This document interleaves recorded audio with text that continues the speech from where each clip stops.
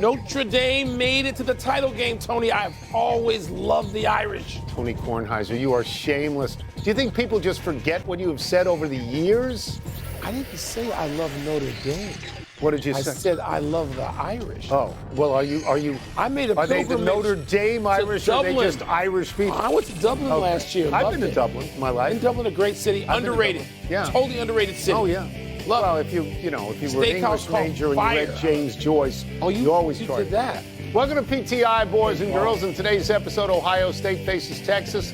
Wild card weekend starts tomorrow. And would you rather have Jaden Daniels or Baker Mayfield on Sunday? But we begin today with Notre Dame getting a late interception that they turned into a late field goal with 7 seconds to go to beat Penn State 27-24 last night in the semifinal round of the college football playoff. The Irish are now 14-1. Wilbon, what do you make of the result and the way it played out? It was a fabulous game. If you just take the back and forth of the game, and these are two programs and schools and institutions and fan bases that have been in these things, been a few years. There was like a 30-year hiatus for both of them, and yet they played this incredible game. And I said to you yesterday, I was excited about the game in large part because these two teams playing with these stakes reminded me of my youth, of following as a kid college football, and then as a sports writer following it. I want to say, just as a slight criticism, the passing games were stuck when I was a kid because they looked like something from the 60s. Yeah. But Tony, I wrote you a note early in the game. You did. I wrote you a note, and I said, it's not any good right now. Neither team can pass. Neither team is matriculating down the field. And it turned into a great game. It did. Yesterday, we talked about the fact, which team do you trust? We both picked Notre Dame to win this game. And I felt I couldn't trust Penn State because I don't think Penn State is a championship caliber team. I'm not sure Notre Dame is either. They might not be. But I was pretty certain not to trust Penn State. This is the game that Penn State always has. And they play against a team as good or a little bit better, and they always lose. Yeah. James Franklin is now 1-15 at Penn State against teams ranked in the top 5. Notre Dame was ranked 3. Penn State is now 0-11. Their last 11 times they were underdogs. They've lost those games, and they were underdogs by 2 points. And this is not a random statistic. This is not a small sample size. At this point, this is what Penn State does in this kind of game. Well, let me just mention, just as a real aside, do you know what Joe Paterno, the great Joe Paterno, do you know what his record was for the first 15 times he played a top 5 ranked team? Bad. 3-12. Bad. Not as bad as 1-15, but we're bad. Old enough to remember when people got on Penn State for not winning the big one under Joe Paterno. Yeah. And then he did. That's right. And he won multiples, and that story that narrative went away.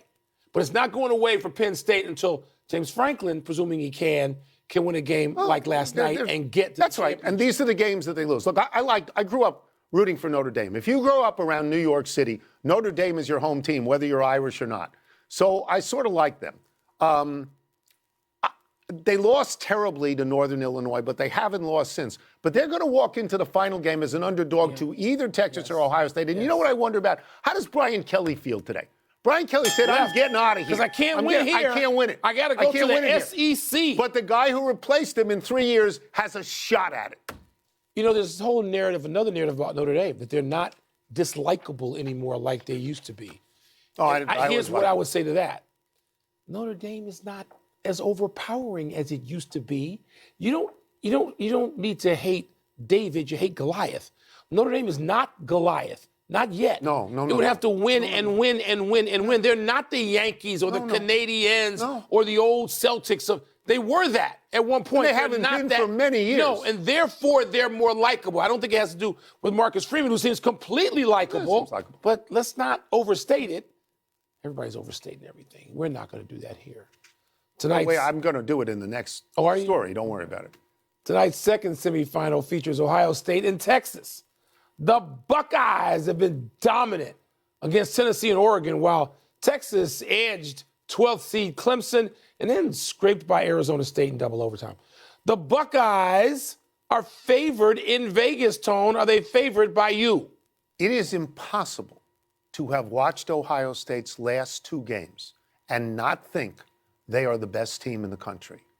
They beat Oregon. Oregon was undefeated. They were #1 in the country. And they had already beaten Ohio State. I grant you at Oregon, I grant you by 1 point. And Oregon was rusty this time. Okay, but they beat them. Yeah. Now, you could say of 2-loss Ohio State at that point, well, maybe on a neutral field they got a chance against Oregon. That's legit. But you could never have ever thought that they would go out to a 34-0 lead. No. They killed Oregon. Yeah. CILL killed Oregon. And before that, they killed Tennessee. Tennessee was a third-place team in a really good conference, exactly the same as Penn State, really, exactly comparable. They beat them 42-17. They were up 21-0 at the first quarter. Yeah, Texas is better. Texas is better than Tennessee. Than Ohio State? Texas is better than the teams Ohio State. Texas is as good in terms of talent base as Ohio State is. Or if they're not, they're a hangnail underneath Ohio State when it comes to prospects, guys who are going to play on Sunday. They're right there with Ohio State. So to me, Texas is a more formidable opponent. Oregon was rusty. They were. The first quarter was over, and they were like, wait a minute, we haven't played since December 6th, and here we are playing 3.5 weeks later. Are you picking Texas? No, because I want an all-Midwest final. I want to just rub the faces of people in it, from other regions of the country. So I want an all-Midwest final, and that's what it's going to be. So what I'm saying to you is that if Ohio State plays against Texas like they played against Oregon, Texas can't beat them. The Dallas Cowboys can't beat them. They were fantastic in these two games. They have been absolutely terrific in these two games, Ohio State. And I don't know how it happened. Did Ryan Day convene a meeting of the coaches and say, if we don't win, we're all going to be fired? This is what is overstated. He rallied his team. He did a damn good job. Yes. That's what coaches and managers do. They rally their teams. And I know analytics doesn't account for that, but it does. These are emotional 18 to 23-year-olds in that locker room, and they can be manipulated. And Ryan Day has done a hell of a job with that. But let me just say this. I've seen Ohio State be less than. Yes. How do you know you're not going to get that one? Okay. Michigan, they were less than. Yeah. I think that you have to wipe the Michigan game out of your memory and just say it's a blood rivalry and strange things happen, because that really clouds this issue. Yeah. The Michigan game clouds this issue, but the Ohio State of the last 2 weeks. Lost to Oregon. No. They lost, they weren't flawless, Ohio State. They're beatable. We've seen it. Didn't I just say that? Well, not just by Michigan. Wait, didn't I say Oregon? At Oregon by 1? Did I not say it? 2 teams. We turn now to tomorrow's upcoming AFC wildcard games. The Chargers will play at Houston. The Steelers will play division rival Baltimore in Baltimore, a familiar place for them. Wilbon, which teams are you leaning toward in these two games? Well, I know. I'm going to take the last one first because that's easy. I'm taking Baltimore. And I say it's easy. I get it that the Steelers, particularly that defense, has been kryptonite to Lamar Jackson. That's right. And it's just that's right. That's just the way it is. I'm convinced that Lamar Jackson is going to get over that. He's going to go out and play tomorrow. He's not going to worry about, should I run more? Should I stay in the pocket? No, he's going to play football, and the Baltimore Ravens at home are going to win. That I'm convinced of. The other game I can't be convinced. I started the year. You loved Houston. I had Kansas City and Houston in the AFC title game, and Houston has not lived up to that at all, not even close. Going backwards. After the first, 5 games. But I'm going to take Houston in this game to beat the ever-popular San Diego Chargers. Right. I am. And Jim Harbaugh, who's had a magical back to year. A nap? Are you going to refer to No, I'm going to say that Houston's going to rise up and do this one thing, get this one game. And I'm not taking them any further out than that. But I think they're going to rediscover what they had earlier in the season. Yeah. Come on now. They looked like a team that was going to be a serious contender. But they're not. Several weeks into the season. And you're right. They regressed. Yeah, I'm picking them to win this game. Okay, so I'm going to roll with the Harbaughs. I'm going to roll with John and Jim in this particular thing. The last time that we saw Baltimore against Pittsburgh in Baltimore was only 3 weeks ago. I believe Baltimore won by 17 points. I don't think that's going to change. But I will amplify what you said, that Lamar Jackson, prior to that game, was 2-5 against the Steelers. And in those 7 games, 5 touchdown passes, 8 interceptions, 3 fumbles lost. Okay? And the Steelers, prior to that game, 7-2 against Baltimore, and in none of those games did they even score more than 20 points. I understand the recent history, but like you, I'm going to reject it. I'm rejecting. Because they didn't have Derrick Henry at that point. That's right. I like the Chargers The Chargers this year are what Houston was last year. They're an unexpected, hot team led by a really good young quarterback. Justin Herbert, you know how many interceptions he has this year? He plays all the games. 6. 3. Only 3 interceptions. Yeah. Harbaugh, they're a year ahead of schedule. They're going to be better next year because Harbaugh will fill in the blanks. Harbaugh will see what he needs and will fill in the blanks. And my feeling about Houston is different than yours. They won, I think, the weakest division in all of football. I think they're one and done. I don't think they're going to. We've seen 7 and 9 teams, at least one, win a playoff game. I think Seattle did that some years ago. We're talking about one game. It's not a series. I understand. Okay, but let's go back to Baltimore for a second. Because just to make sure I covered all my bases, if I was the coach, the head coach of the Baltimore Ravens, I would go to a Mr. Munkin. Yeah, and I would say, here's the deal. There's no experimenting. We got 2 dudes out there that are better than everybody else in their locker room. Use them. Yeah. Use them up. Yeah. These are the playoffs. We're not saving anything. I don't want to hear 16 carries in a 1-score game for Derrick Henry, for locomotive Derrick Henry. I want to see him used. You think we will see him used? Both of them? You have to. You have to. All right. Let's take a break. Coming up, are the Bills or Eagles more likely to get upset? And would you rather have Jaden Daniels or Baker Mayfield?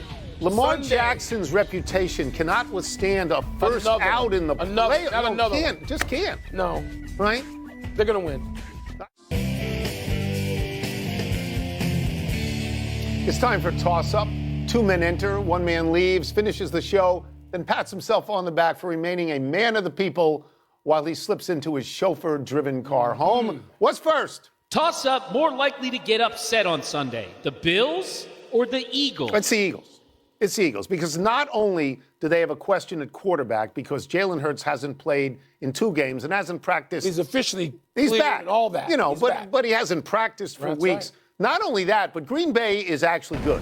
Green Bay went on the road last year in the first round of the playoffs and killed Dallas. I think it was 27-0 at one point. Yeah. Their quarterback, Jordan Love, is really good, and they're coming out of a really good division. Mike, I think if Buffalo loses to Denver, it's going to be the biggest upset of the season. I think that Buffalo's been waiting all year just to get into the playoffs, and Denver has 10 wins, but you'll find this interesting. 8 of the 10 wins are against teams with records under 500, and 1 is Kansas City when they didn't play anybody. So it's a suspect 10 wins. Yeah, I hate to agree with you. Why? It's for boring television. But I'm going to go with the Cheeseheads beating the Eagles. And I just mean beating them. I might say I'm not going there necessarily. If Jalen Hurts had been playing, but he hasn't been. No, I haven't. He just got into practice like yesterday. Yeah. Right? So a couple of practices this week. I don't know that keeps you sharp. I understand the Eagles have a terrific defense, right? But there's some things that you need Jalen Hurts to do. That tush push, your quarterback's going to get hit. And on some of those run-pass options, your quarterback's going to get hit. Yeah. So if all Jalen Hurts can do is stand in the pocket and throw, that takes away some of the effectiveness and the scare factor of Jalen Hurts, which when he's on, he's on. Yeah. I'm with you. Are we assuming that Jordan Love is healthy? Because Jordan Love was an elbow thing. I think that was faking. I hate the Cheeseheads. They would fake an injury. I don't put anything past them. So you have them winning. Now you can't see Buffalo losing this game. Not this one. No, not this one. I can see Buffalo losing down the road. Not this one. Not this next one. week. Yeah. But I've been in Buffalo for massively disappointing losses. I don't wish that on that. Can we fan base. just for legal purposes, can we say that Jordan Love is allegedly faking? Just for legal purposes. Okay. What's next? Toss up, who would you rather have at quarterback on Sunday? Jaden Daniels or Baker Mayfield? Let me be clear about this. I love Jaden Daniels. He's a fabulous draft pick. If he stays healthy, Washington is going to be in the playoffs every year. Like, they're that good. But there is a reasonably important historical statistic that I'm going to give you. I know that rookie quarterbacks on the road in the playoffs are 5-17. Jaden Daniels is a rookie, and Washington is on the road in the playoffs. Tampa Bay won a weak division. I'm not going to defend the division. It's a weak division. But do you know that there are only 3 teams in the entire NFL that outscored Tampa? Everything you just said, and we're going to go further. Baker Mayfield has had some success in the playoffs. Yeah. In first-round games, he's won a couple. He's 2-2 in the playoffs. But I think in this round, he's got something like 6 touchdown passes and no interceptions. He's played really well. So you're coming in with a veteran guy who has the feel good of knowing he's done this before. Yeah. Jaden Daniels has no idea what he's walking into. The game is on the road. Tampa's not the scariest place to play on the road. I mean, it's not like playing in Lambeau or Buffalo or Kansas City. But I too am thinking, and the Commanders people that we live amongst, they're not going to be happy if both of us sitting here saying this. No, but we're also saying that we're Jaden talking Daniels about is a great quarterback. In the making. And that the turnaround for the Washington team is a fabulous, stunning turnaround. It's a wonderful storyline, but it probably comes to an end on Sunday. That's what I'm thinking, too. Like but if they win that, that's it. All bets are off. Let's take one last break. Still to come. Did we just get an indication that Lamar Jackson will win his 3rd MVP? And what should we watch for as the Aussie Open gets set to begin? You're not finding time in your life for the Aussie Open this year? Really? No, there's too much other stuff on. We got college football playoffs that go on forever. Right. What if Djokovic is in a final? You'd watch that in a final. He's gonna rise up from the. Happy time, people. Happy 86th birthday, Bill Toomey. History lesson, kids. Toomey won the Olympic decathlon for the United States in 1968 in Mexico City, and his reward may have been to get on the cover of Cereal Box. There was a time when the Olympic decathlon champion was almost as well known as the heavyweight boxing champion, and now both are in obscurity. Toomey was part of the event's golden era. It started with Jim Thorpe. It ran through Bob Mathias, Rayford Johnson, C.K. Yang, and Bruce Jenner. Stars. The decathlon is impossibly hard. Everybody sees how sapped the athletes are by the time they finish the 1500, the last event in the 2-day competition. But nobody wants to wait 2 days for a champion nowadays. Nobody knows who won the decathlon in Paris. Hint, it was Marcus Ruth of Norway. No, we're all dopes now. We can tell you who won cornhole. We don't know who won the decathlon. The decathlon, the greatest athletes are among the greatest athletes ever. Yeah. Proving it against each other. Yeah. And it depresses me that the decathlon, do they even talk about the decathlon? It's lost. At the Olympics in lost. Paris? No. It's lost. You people should be ashamed of yourselves. Happy anniversary, Joe Montana and Dwight Clark. On this day 43 years ago, the two hooked up for the catch. A 6-yard touchdown pass with 51 seconds to go to lift the 49ers over the Cowboys and send them to the Super Bowl. Cowboys. This is one of the iconic plays in NFL history. Clark had 8 catches in this game for 120 yards and 2 touchdowns. With the 49ers, it was always Montana to somebody. Montana to Clark, Montana to Craig, Montana to Rice, Montana to Taylor. The 49ers went on to beat Cincinnati 26-21 in that Super Bowl. Clark led the 49ers in receiving yards for 5 straight seasons. Sadly, he passed away in 2018 from Lou Gehrig's disease. You know, I was covering the NFL then and never got to know Joe Montana. Joe Montana was like kind of impossible to get to know. But I got to hang around Dwight Clark a few times. Impossibly handsome, impossibly charming, the greatest storyteller you could have in the room or in the car or at dinner. Dwight Clark, man, he would be such a star now. He would be, and he wasn't as big a star. This was pre-Jerry Rice, but he was such a great player. Montana pretty good in the playoffs, though, right? Pretty good in the playoffs. Pretty good in I'll the still Super take Bowl, Joe. Huh? Yeah. Happy trails to the wait for tennis's next major. The Australian Open begins Sunday in Melbourne, Saturday night here. Jannik Sinner and Arina Sabalenka are the 1 seeds and defending champions. Novak Djokovic seeded 7th among the men, despite having won 10 Aussies and 24 majors overall. This will be his first major with his new coach, Andy Murray.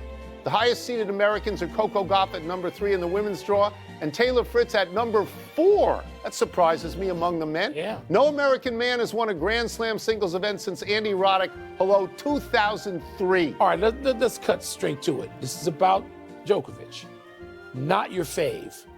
No. But you're fascinated to watch him, aren't you? Sure. Even at number 7 seed. Yes, but because now you want to know if he's done. I want to beat, but he's compelling video. Oh, there's no question about that. Let's go to the big finish. Let's do it. Deshaun Watson reportedly tore his right Achilles again. Oh my God. While recuperating from the first tear. Your thoughts? my actual candid thought is no career left. No. What career is left? It's like he got a lot of money. It's like three Tommy Johns. $230 million no. or something. The Raiders will interview Pete Carroll next week. Does that make sense? If they were looking at Belichick, of course it makes sense. He's won a Super Bowl. They weren't He's a great coach. Belichick. Lamar Jackson was named first-team All-Pro by a 30-18 margin over Josh Allen. Does that make sense? It does. More importantly, the first-team All-Pro quarterback has won every MVP since 2017, with the exception of Adrian Peterson in 2012. That's, man. Thunder at Knicks in the world's most famous arena tonight. Who you got? Chance for redemption for the Knicks because the Thunder beat them last week. But it's also a chance for redemption for the Thunder because they lost to Cleveland. Yeah, losing to Cleveland. That could be pretty good. Last one, women's college hoops on Sunday. Number 5, Texas, and number 2, South Carolina. Who you got? We know who you got. Always have my dear friend Dawn Staley. We know who you got. What am I always down here? South Carolina. We're out of time. We'll try and do better the next time. I'm Tony Cornheiser. It's nice to be here. I'm Mike Wilbon. Have a great weekend, knuckleheads. You can get the podcast on the app or Apple Podcasts. Well, you know, the seat's available. You ought to just wander back in sometime. We just saw you FaceTiming your parents. What was that conversation like for you? You know, I FaceTime him before every game. My dad, for the longest time, stood on the sidelines with me, and obviously he's getting older. He's getting ready to turn 89. But they're our biggest fans, our biggest supporters, so I just love touching base with them. I love it. It's so cool. How do you approach this game from a play-calling standpoint with your strategy?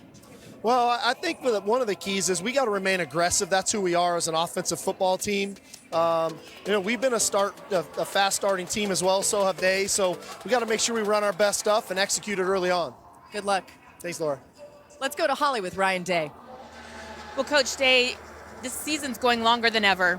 Your pump-up speech at the Rose Bowl was an all-timer. How do you find the words to motivate again for tonight? Well, it's not about that. You know, it's about the work you put hours to get your body, your mind, your soul ready to go play in a game like this. The intensity will be at an all-time high. Our guys are excited about it. Sometimes they say you got to affect the opposing quarterback to win the game. You know the opposing quarterback very well. Quinn Ewers played for you. You signed him early. What can you do to impact him? Well, first off, when you talk about disrupting a quarterback, there's a lot that comes with it. It isn't just one thing. Certainly the D-line, the rush has to do their part. The coverage has to do their part. And he's a very, very good quarterback. So we know we got a great challenge tonight, but we're excited about it. We know it's going to go 4 quarters. We want to start fast, but then finish strong. Thank you, Coach. All right. Joe Fortenbaugh, our sports betting analyst, is back, although when he's talking bad about your team, he's Joe Fortenbaugh humbug. What side do you like looking at college football in this Buckeyes Longhorns? Plenty of time in between to work that one up. That was nicely done there. I like the Buckeyes here. Minus the 6. People think the number has gotten a little bit away, maybe a little bit overvalued. They said the same thing in 2019 about that Joe Burrow LSU team. That could be, operative word could be, what we're seeing here. 83 points, 973 total yards.